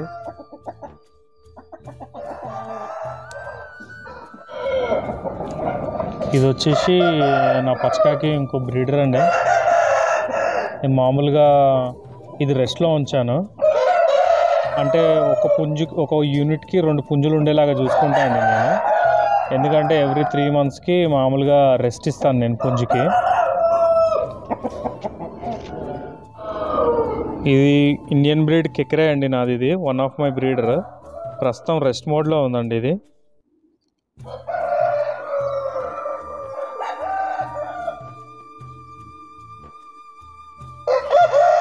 అదే అండి, మామూలుగా నేను ఒరుగులు ఈ వయసులో సేల్ చేస్తాను అండి. ఇది 9 months ఉంటుంది. ఈ ఏజ్లో నేను ఒరుగులు సేల్ చేయడం స్టార్ట్ చేస్తాను. మీరు ఇంకా మిగతా ఒరుగులన్నీ కూడా చూడవచ్చు. ప్రస్తుతం మన ఫామ్లో ఎన్ని రకాల బ్రీడ్స్ అవైలబుల్గా ఉన్నాయి? ఇప్పుడు మా దగ్గర వచ్చేసి పెరువియన్ బ్రీడ్, ఇండియన్ బ్రీడ్ అండి, రెండే. మామూలుగా పెరువియన్ బ్రీడ్ అయితే నేను చిక్ సేల్ చేస్తాను. ఇది ఇండియన్ బ్రీడ్ అయితే ఈ ఏజ్లో ఇలా ఒరుగులు చేసి సేల్ పెడతాను మామూలుగా. ఇప్పుడు టోటల్గా నా దగ్గర ఒక 50 నుంచి 60 ఒరుగుల వరకు ఉన్నాయి. అంటే నెక్స్ట్ ఇయర్కి వస్తాయండి. నెక్స్ట్ ఇయర్ సంక్రాంతికి వస్తాయి. క్వాలిటీ చాలా మంచిదండి. మనం చూసుకున్నట్టయితే మన తెలంగాణ ప్రాంతం కదా, ఇక్కడ అందరూ బ్రాయిలర్ షెడ్లు, లేయర్ షెడ్లు వేస్తారు కదా. మీరు ఈ పందెం కోళ్ళ వైపు ఎందుకు వచ్చారు? అసలుకి దీంట్లో మీరు ఏ విధంగా సక్సెస్ అయ్యారు? ఫస్ట్ ఎన్ని బ్రీడర్స్ తోటి స్టార్ట్ చేశారు? మామూలుగా ఇది నేను 2014లో ఇది బాయిలర్ షెడ్ కింద ఇది కన్స్ట్రక్షన్ చేశా అండి. షెడ్ ఓకే, బాయిలర్ ఫీల్డ్లో ఉన్నా నేను. 2016 వరకు ఈ బాయిలర్ ఫీల్డ్లోనే ఉన్నాను. ఆ తర్వాత అది కొంచెం లేబర్కి ఇబ్బంది ఉండి అది బంద్ చేసి మధ్యలో 1 year లీజ్కి ఇచ్చాను షెడ్. తర్వాత మనకు లాక్డౌన్ వచ్చింది. లాక్డౌన్లో మాది రియల్ ఎస్టేట్ బిజినెస్ కూడా ఉండేది. అది కొంచెం డల్ అయ్యేసరికి వేరేగా ఆల్టర్నేట్గా మనం ఎలాగో పౌల్ట్రీ ఫీల్డ్లోనే ఉన్నాం కదా అని చెప్పి ఇలా ఈ పందెం కోడి పుంజుల్లోకి రావడం జరిగింది. అలా నేను స్టార్టింగ్లో చాలా దొడ్లు తిరిగాను బ్రీడ్ కోసం. తిరిగాను, మామూలుగా స్టార్ట్ చేశాను ఇనీషియల్గా. ఆ తర్వాత కొన్ని రోజులకి నాకు బిఎన్ఆర్ పరిచయం అయ్యారండి. ఆ బిఎన్ఆర్ పరిచయంతో కొంచెం క్వాలిటీ అక్కడికి వెళ్ళి నేను బ్రీడర్స్ కానీ అవన్నీ కానీ తీసుకోవడం జరిగింది. అక్కడ చాలా నమ్మకంగా నాకు చాలా మంచి బ్రీడ్ ఇచ్చారండి బిఎన్ఆర్. ఇప్పుడు నేను మెయింటైన్ చేసేది అంతా కూడా ఆయనదే లైన్. ఇప్పుడు ఈ ఒరుగులు అన్నీ కూడా ఆయన బ్రీడర్స్ కింద, ఆయన ఇచ్చిన బ్రీడర్స్ కిందే వచ్చినాయి ఇవన్నీ. మేము చాలా థ్యాంక్ఫుల్గా కూడా ఉంటామండి బిఎన్ఆర్కి. ఆయన నిజంగా అసలు మామూలుగా గొప్ప బ్రీడ్ అనేది ఎవరు బయటికి ఇవ్వరు. మామూలుగా మేము గత కొన్ని రోజుల్లోనే ఆయనతో ఫ్రెండ్షిప్ ఏర్పడి మేము ఇప్పుడు ప్రజెంట్ ఈ స్థాయిలో ఉన్నా అండి. ఈ సంవత్సరం కూడా నేను సంక్రాంతికి పుంజులు ఇవ్వడం జరిగింది. పందాల్లో కూడా కొంచెం మంచి సక్సెస్ రేటే ఉంది నా పుంజులకి. మామూలుగా నేను బ్రీడింగ్ కూడా పందాలు కొట్టిన వాటితోనే బ్రీడింగ్ చేయిస్తాను అండి. ఈ ఇయర్ స్పెషల్గా పెట్టమార్లతో దింపిస్తున్నాను. మీకు బ్రీడింగ్ యూనిట్లో కూడా పుంజులు కూడా చూపించాను కదా. బిఎన్ఆర్ పెట్టమార్ లైన్ చాలా సక్సెస్ఫుల్ లైన్ అండి అది. ఇక్కడ మీరు ఫస్ట్ స్టార్ట్ చేసినప్పుడు మీకు మార్కెటింగ్ పైన ఎటువంటి అవగాహన లేదని చెప్తారు కదా, మీరు ఏ నమ్మకంతో తీసుకొచ్చారు? దాని తర్వాత ఏ విధంగా మార్కెట్ చేసుకోగలిగారు? మార్కెటింగ్ అనేది సింపుల్ లాజిక్ అండి. ఇప్పుడు మన దగ్గర క్వాలిటీ ఉంటే కోళ్ళు ఎక్కడి నుంచన్నా వచ్చి కొంటారండి. మనమే అక్కడికి వెళ్ళాలి, సేల్ చేయాలి అనేది ఏం లేదు. ఒకసారి మీరు క్వాలిటీ కనుక మెయింటైన్ చేస్తే సేల్స్కి ఏమి ఇబ్బంది ఉండదండి. నేను ఫస్ట్ ఇదే శశి అగ్రిటెక్లో వీడియో చేశాను. ఆ వీడియో బేస్ చేసి చాలా సేల్స్ చేశానండి నేను. అదే నేను చెప్పేది ఏంటంటే క్వాలిటీ మెయింటైన్ చేస్తే సేల్స్ ఎలాగైనా ఉంటాయండి. నేను అలాగే పెరువియన్ చిక్స్ కూడా చాలా సేల్ చేశాను. మామూలుగా ఇంపోర్టెడ్ బ్రీడర్స్తో చేయిస్తాను. గత 3 years నుంచి నేను చాలా సక్సెస్ఫుల్గా ఉన్నానండి పెరువియన్ చిక్ సేల్లో. ప్రస్తుతం కూడా చిక్ సేల్ బాగా నడుస్తుంది నాకు, బాగుందండి.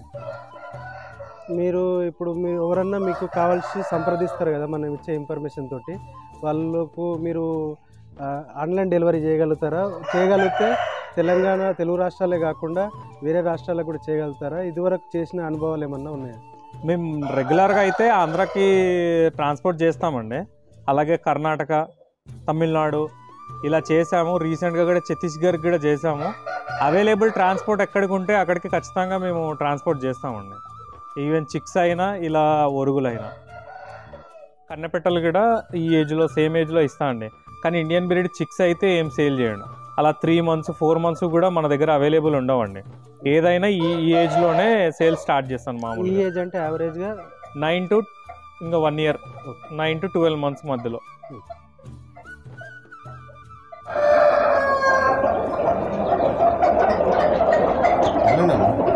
ఏమది కొంచెం ముందుకెళ్ళి క్లోజ్ అయితే.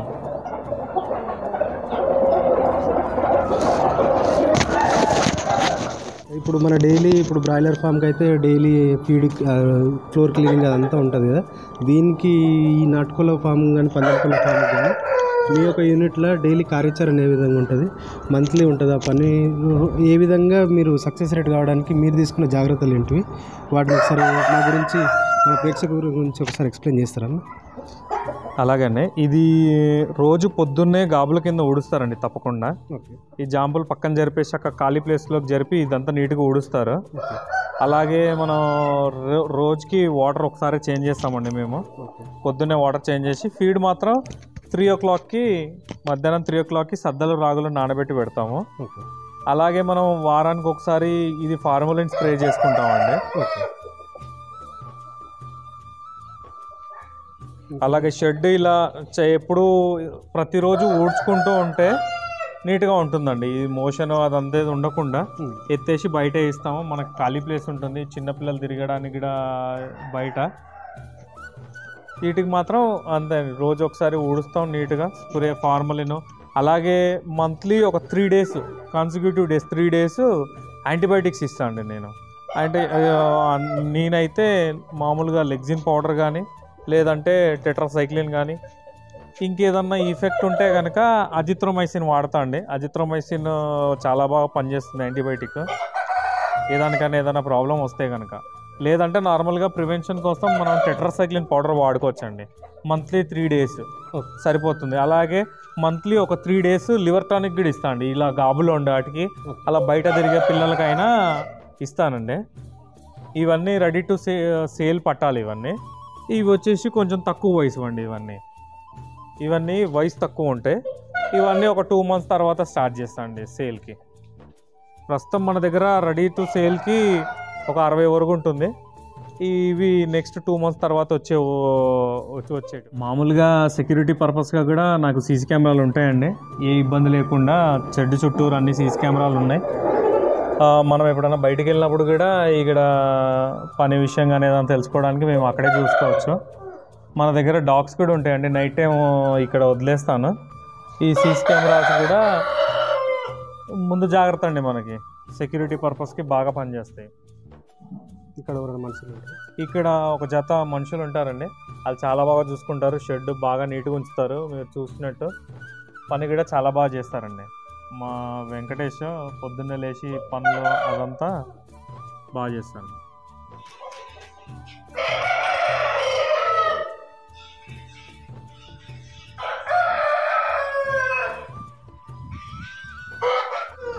ఇవన్నీ మామూలుగా ఒరుగులండి.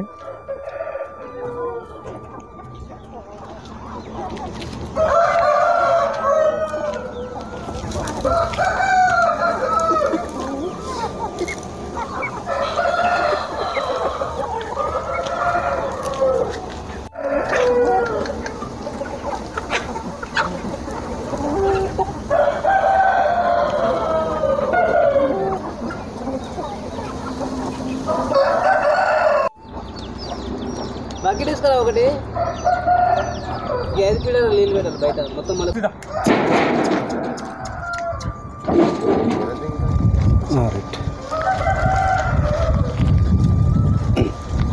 ఫార్మ్ సెక్యూరిటీ పర్పస్కి అయితే వీళ్ళు కొన్ని ఫారెన్ బ్రీడ్ అయితే వీళ్ళు పెంచుతూ ఉన్నారు. ఫ్రెండ్స్, ఈ వీడియో కలర్ ఐడెంటిఫికేషన్ వీడియో అనమాట. సో ఇది సంక్రాంతికి చాలా బాగా ఉపయోగపడుతుందండి. ఈ వీడియోలో టాపిక్ వచ్చేసరికి పింగళాలు ఎన్ని రకాలు, అసలు పింగళాలని మనం వేటి మీద కట్టుకోవాలి, అలాగే ఎటువంటి రంగులు పింగళాలకు పోట్లాడతాయి, అలాగే పింగళాలనే ఏ రంగుల మీద మనం కట్టుకోవచ్చు అనేది ఈ వీడియోలో క్లియర్గా మీకు చెప్పడం జరుగుతుంది. సో దయచేసి ఈ వీడియోని మీరు పూర్తిగా చూడండి. అలాగే లైక్ చేయండి, షేర్ చేయండి, మీ యొక్క అభిప్రాయాన్ని కామెంట్ రూపంలో తెలియచేయండి. సో టాపిక్లోకి వెళ్ళిపోదాం. ముందుగా ఇక్కడ కనిపిస్తున్నటువంటి పుంజు వచ్చేసరికి నల్లచారల సేతువ లేదంటే నల్లబొట్ల సేతువ అంటామండి. దీన్ని మనం కుక్కుడు శాస్త్రం ప్రకారం కాకి పింగళ అని పిలుస్తాం. మీరు ఈ పుంజుని అబ్జర్వ్ చేసినట్లయితే దీని యొక్క బాడీ మీద నల్ల బొట్లు నల్ల చారలు అనేవి మీరు క్లియర్గా గమనించవచ్చు. సో ఇటువంటి పుంజుల్ని మనం కాకి పింగళ వంతులో మనం కట్టుకోవచ్చండి. ఇటువంటి పుంజుల్ని మనం కాకి పింగళ వంతులో నెమల మీద అలాగే డ్యాగల మీద కట్టుకోవచ్చు. అలాగే రెండో పుంజు వచ్చేసరికి ఇక్కడ కనిపిస్తున్నటువంటి పుంజు తెల్ల నెమలి పింగళ పుంజు అండి. సో దీన్ని మనం కుక్కుడు శాస్త్రం ప్రకారంగా కోడి నెమలి పింగళ అని పిలుస్తాము. అయితే ఇటువంటి పుంజులని కోడి నెమలి పింగళ వంతులో కాకుల మీద అలాగే డ్యాగల మీద మనం వేసుకోవాలండి.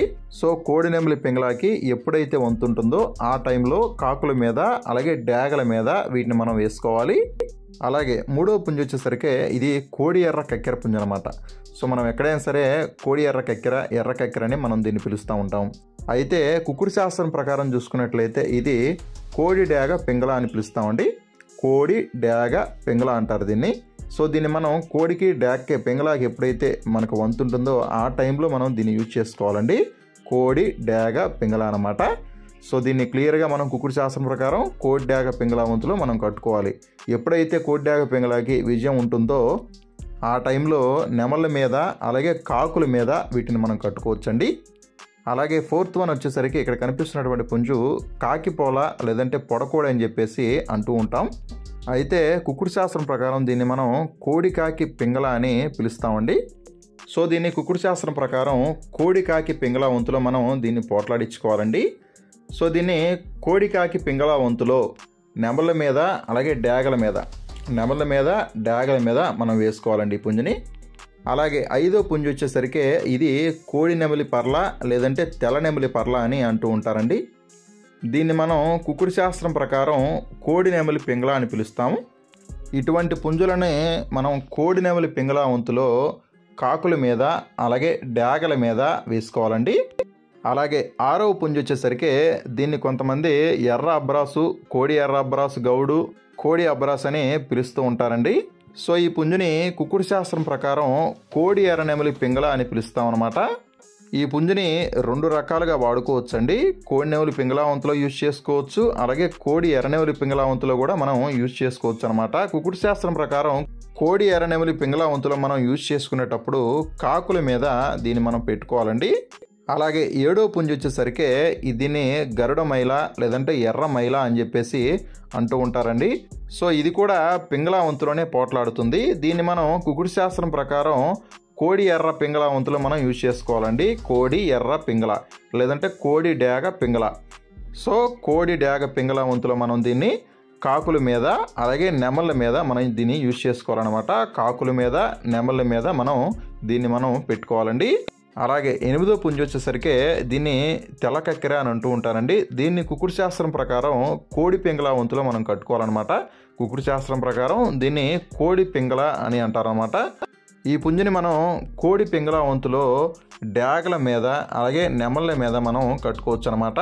కోడి పింగళ వంతులో డాగల మీద అలాగే నెమళ్ళ మీద మనం కట్టుకోవాలన్నమాట. కోడి పింగళకి ఎప్పుడైతే విజయం ఉంటుందో ఆ టైంలో డాగల మీద అలాగే నెమళ్ళ మీద దీన్ని మనం కట్టుకోవాలండి. అలాగే 9వ పుంజు వచ్చేసరికి ఇది కోడి నల్ల కక్కెర పుంజు అండి. కోడి నల్ల కక్కెర అని చెప్పేసి ఎక్కడైనా అంటూ ఉంటారు. అయితే దీన్ని మనం కోడికాకి పింగళ వంతులో కుకుడు శాస్త్రం ప్రకారం కట్టుకోవాలండి.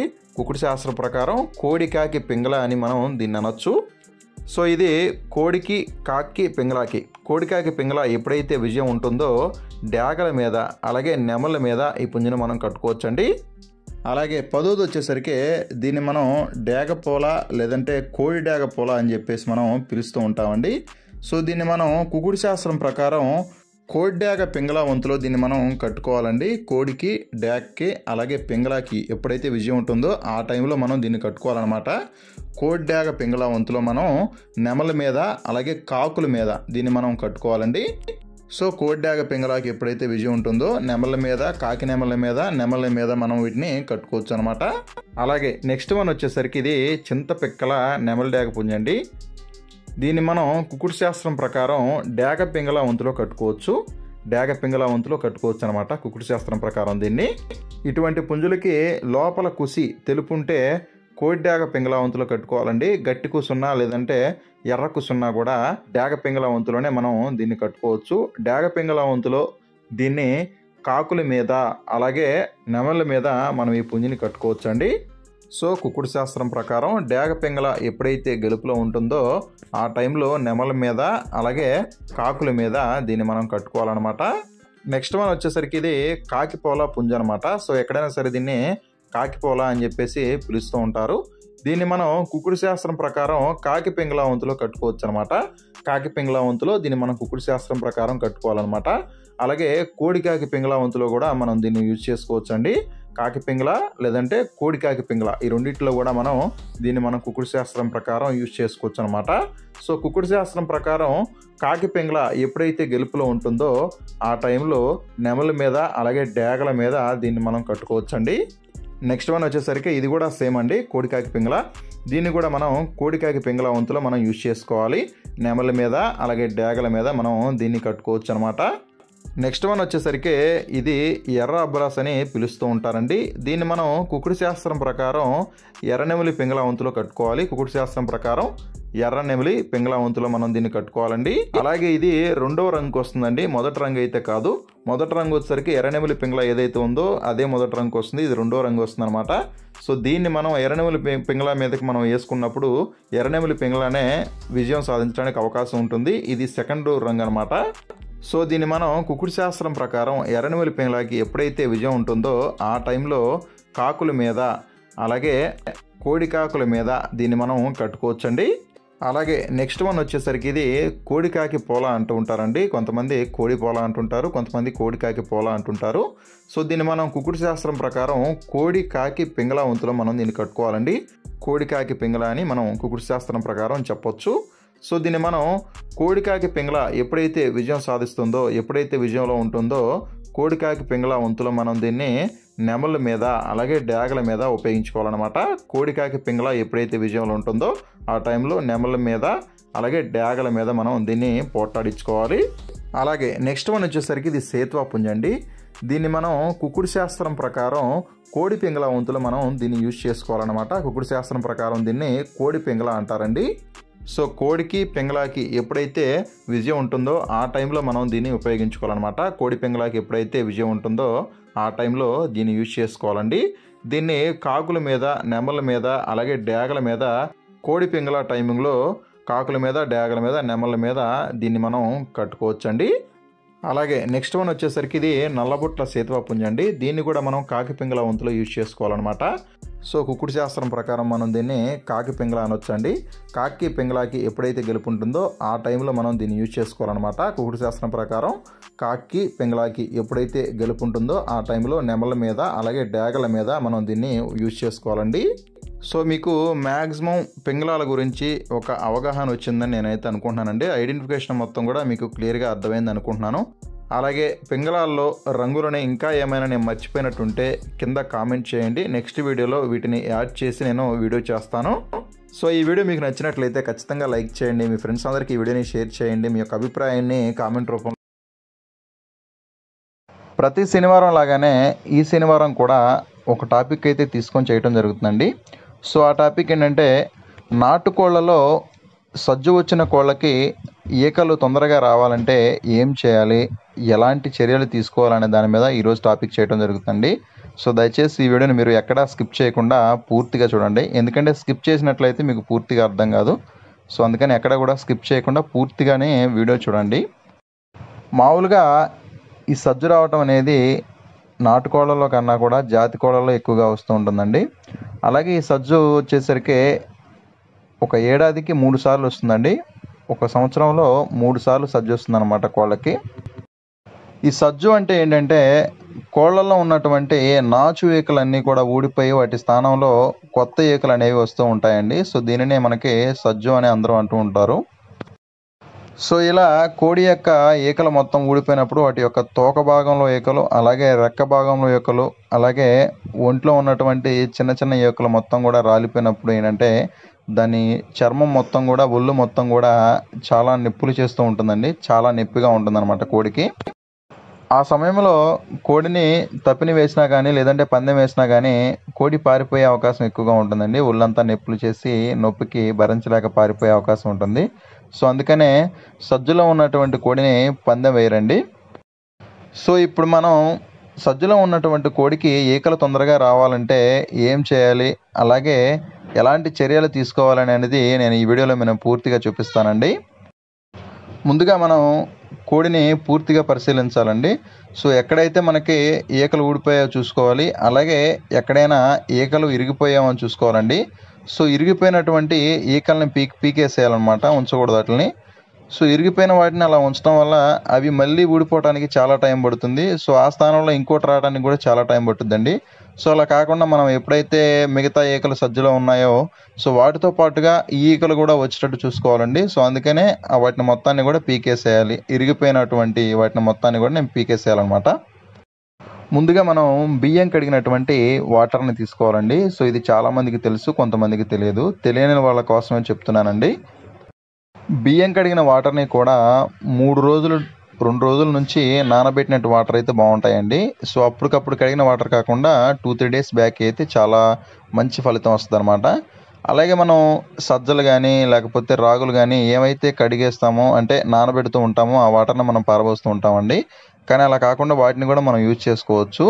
అట్లాగే బియ్యం కడిగిన వాటర్ని అలాగే సజ్జలు రాగులు కానీ ఇలాంటి నానబెట్టిన వాటర్ ఉంటాయి కదండి, ఈ వాటర్ని తీసుకోవాలండి. అలాగే వేరుశనగ పొట్టుని నానబెట్టినటువంటి వాటర్ని కూడా తీసుకోవచ్చండి. కాకపోతే 2-3 డేస్ ఉన్నటువంటి వాటర్ అంటే బాగా కొంచెం స్మెల్ వస్తాయి చూడండి, ఆ వాటర్ అయితే కొంచెం మంచి ఫలితం ఇస్తుందండి. అలాగే నార్మల్ వాటర్ కూడా తీసుకోవాలి. సో చాలామంది ఏంటంటే ఓన్లీ బియ్యం కడిగిన వాటర్ మాత్రమే పోస్తూ ఉంటారండి. సో దానివల్ల ఫలితం అనేది తక్కువగా ఉంటుందండి. సో బియ్యం కడిగిన వాటర్తో పాటుగా ఇట్లాగా రాగులు కానీ మనం ఏ అయితే నానబెడతామో ఆ వాటర్ని కూడా మనం తీసుకుంటే కొంచెం ఫలితం అనేది ఎక్కువగా వస్తుందన్నమాట. సో ఇలా వీటిని తీసుకొని యూజ్ చేయటం వల్ల మనకేంటంటే దాదాపుగా 15 రోజుల్లోనే పూర్తిగా సజ్జ అనేది వస్తూ ఉంటుందండి. ఇక్కడ మనం చూసుకున్నట్లయితే దీనికి దాదాపు ఒక 2-3 డేస్ నుంచి యూజ్ చేస్తానండి. సో ఇప్పటికే అది సజ్జ ఎంతవరకు కవర్ అయిందో మీరు కనపడుతూ ఉంటుంది చూడండి ఒకసారి. సో చాలా వరకు ఈకలు అనేది ఒక అంగుళం వరకు వచ్చాయండి. సో ఇంకొక 10 డేస్లో ఇవి పూర్తిగా వచ్చేస్తాయి. ఫస్ట్ ఇలా వాటర్ తీసుకోవాలండి. సో ఇలా వాటర్ తీసుకొని మనం కోడిని ఎక్కడైతే ఈకలు సజ్జలో ఉన్నాయో అక్కడక్కడ మొత్తం కూడా పూర్తిగా కోడిని మనం టోటల్గా తడిపేయాలి ఫస్ట్ వాటర్తో. సో వాటర్తో తడపకుండా డైరెక్ట్గా వాటిని పోయకూడదండి. సో ఫస్ట్ మాత్రం వాటర్తోనే తడుపుకోవాలి. సో నార్మల్ వాటర్ కన్నా కూడా మామూలుగా కాగబెట్టి చల్లార్చినటువంటి వాటర్ తీసుకుంటే ఇంకా మంచిదండి. సో అలా చేయటం వల్ల వైరస్లు ఏమైనా ఉన్నా కూడా వాటి మీద ఏమన్నా వైరస్ కానీ లేకపోతే ఇంకేమైనా బ్యాక్టీరియా ఉన్నా కూడా చనిపోతుంది అనమాట. సో దాదాపుగా ఎలాంటి వాటర్ అయినా తీసుకోవచ్చు. కాకపోతే అలా తీసుకోవటం వల్ల కొంచెం వైరస్లు ఏమైనా ఉన్నా కూడా చనిపోతాయని చెప్తున్నాను అంతే. సో ఇలా 2 సార్లు చేయాలండి. డైలీ వచ్చేసరికి 2 సార్లు చేయాలి. ఇదే విధంగా 15 రోజులు చేయాలండి. సో 15 రోజుల్లోనే మనకి దాదాపుగా చాలా వరకు ఫలితం అనేది పూర్తిగా వస్తుంది, తొందరగా వస్తుందండి. సో ఇలా కాకుండా జనరల్గా అయితే మనం మామూలుగా ఒక బియ్యపు నీళ్ళు మాత్రం పోయటం ద్వారా అయితే మాత్రం దాదాపుగా 1 మంత్ పడుతుందండి. 25 డేస్ నుంచి 1 మంత్ వరకు పడుతుంది ఈ ఈకలు మొత్తం రావడానికి. అలాగే ఇలా రోజుకు 2 సార్లు చేయాలండి. అలాగే మధ్యాహ్నం కానీ ఉదయం కానీ చేసుకోవాలి, సాయంత్రం పూట చేయొద్దండి. ఉదయం కానీ మధ్యాహ్నం మాత్రమే చేసుకోవాలి. ఇలా తడిపాలన్నమాట బాడీని మొత్తాన్ని. అలాగే ఇలా మనం వాటర్తో తడిపిన తర్వాత బియ్యపు నీళ్ళని మొత్తం కూడా మనం ఎక్కడైతే సజ్జ ఉందో అక్కడ ప్రతి ఒక్క ప్రాంతంలో కూడా మనం పోసుకోవాలి. సో ఇలా ఇక్కడ వీడియోలో చూడండి ఒకసారి, ఇలా మొత్తం కూడా మనం తడిపేసుకోవాలండి కోడిని. అలాగే బియ్యపు నీళ్ళతో పాటుగా మనం ఏదైతే సజ్జలో కానీ రాగులు కానీ నానబెట్టినటువంటి నీళ్ళని కానీ లేదంటే మామూలుగా వేరుశనగ పొట్టును నానబెట్టినటువంటి నీళ్ళని కానీ మనం ఇట్లా పోసుకోవాలండి. సో ఇలా అంటే కొంచెం లైట్గా స్మెల్ వచ్చేటువంటి వాటిని మాత్రం యూజ్ చేస్తే ఎక్కువగా అంటే తొందరగా ఈకలు వచ్చే అవకాశం ఉంటుందండి. సో ఇలా చేయటం వల్ల దాదాపుగా 15 రోజుల్లోనే దాదాపుగా 100% ఫలితం వస్తుందండి. 15 రోజుల్లోనే చాలా ఫాస్ట్గా మీకు వస్తూ ఉంటాయి. సో ఈ కోడిని కూడా మీరు చూసుకున్నట్లయితే ఇట్లా దాదాపు ఒక 3 డేస్ 4 డేస్ అవుతుందండి. సో ఈకలు చాలా వరకు వచ్చాయి, తోక భాగంలో ఈకలు కూడా చాలా వరకు వచ్చాయండి. ఇంకొక 10 డేస్లో ఇది పూర్తిగా వస్తుందన్నమాట ఈకలన్నీ కూడా. సో వీటితో పాటుగా ముఖ్యంగా ఏంటంటే వీటికి ఏదైతే మనం ఇలా 15 రోజులు చేస్తామో ట్రీట్మెంట్, వాటికి ఏం చేయాలంటే కోడిపుంజికి మార్నింగ్ ఒక గుడ్డుని తినిపించాలండి. లోపల ఉన్నటువంటి ఎల్లో సొనని తీసేసి పైన ఉన్నటువంటి వైట్ సొనను మాత్రమే తినిపించాలన్నమాట. మార్నింగ్ 15 రోజులు ఖచ్చితంగా తినిపించాలండి ఎగ్. సో దీనికి నేను మార్నింగే తినిపించాను అనమాట. సో అందుకే ఇప్పుడు చూపించడం లేదు. సో ఖచ్చితంగా గుడ్డు అయితే ఖచ్చితంగా తినిపించాలండి.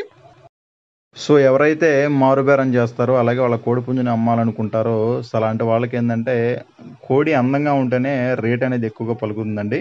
సో ఎప్పుడైతే అందం పోతుందో అంటే సజ్జలో ఉంటుందో అప్పుడు పెద్దగా అందంగా కనిపించదు. సో అలాగే దాని యొక్క క్వాలిటీ మనకు కనిపించదండి. సో అలాంటప్పుడు తక్కువ రేటుకి పుంజు అనేది మనం అమ్ముకోవాల్సి వస్తుంది అనమాట. సో అందుకని ఇక్కడ కనిపిస్తుంది కదండి, ఇక్కడ చూడండి, మనం ఇది ఆల్రెడీ ఒక 15 రోజులు అవుతుందండి. సో 15 రోజులకి పూర్తిగా సజ్జ వచ్చేసింది అనమాట. తోక ఈకలు అలాగే మెడపైన ఈకలు కానీ మీరు మొత్తం చూసుకోవచ్చండి. సో 15 రోజులు అవుతుంది టోటల్గా. సో దాదాపు పూర్తిగా వచ్చేసిందండి. ఇంకొక 2-3 డేస్లో దాదాపుగా వచ్చేసింది అనమాట. సో ఇలా ఎంత నీట్గా కూడా మనం తయారు చేసుకోవచ్చు, ఈకల మొత్తాన్ని కూడా రప్పించుకోవచ్చు అండి. సో ఈ వీడియో మాత్రం తెలియని వాళ్ళకి మాత్రమే నేను చెప్తున్నానండి. సో మాకు తెలుసు నువ్వేంటి చెప్పేది అనుకునే వాళ్ళకి నేనేమి చెప్పలేను దానికి. సో నాకు తెలిసింది అలాగే కొంతమంది దగ్గర నేను బ్రీఫ్గా తెలుసుకున్న దాన్ని మాత్రమే నేను చెప్తున్నాను అంతేకాని సో నేనేమి పెద్ద జ్ఞానిని కాదు, ఇంకా అంతకు మించి ఏమీ కాదనమాట. సో చూశారు కదా ఫ్రెండ్స్, ఇలా మనం కోడి యొక్క సజ్జను కూడా పూర్తిగా కూడా మనం తెచ్చుకోవచ్చండి. సో అది కూడా దాదాపుగా తొందరలో ఒక 10 to 15 డేస్లోనే మనం పూర్తిగా కూడా కోడి యొక్క సజ్జను మనం తీసుకోవచ్చు. సో దయచేసి ఈ వీడియో మీకు నచ్చినట్లయితే లైక్ చేయండి. అలాగే మీ ఫ్రెండ్స్కి, సరే మీకు పడకపోయినా కూడా మీ ఫ్రెండ్స్కి ఉపయోగపడేటట్టుగా ఖచ్చితంగా ఈ వీడియోని అయితే షేర్ చేయండి ఫ్రెండ్స్. అలాగే మీ యొక్క అభిప్రాయాన్ని కామెంట్ రూపంలో తెలియచేయండి. థ్యాంక్ యూ ఫ్రెండ్స్, ఉంటాను.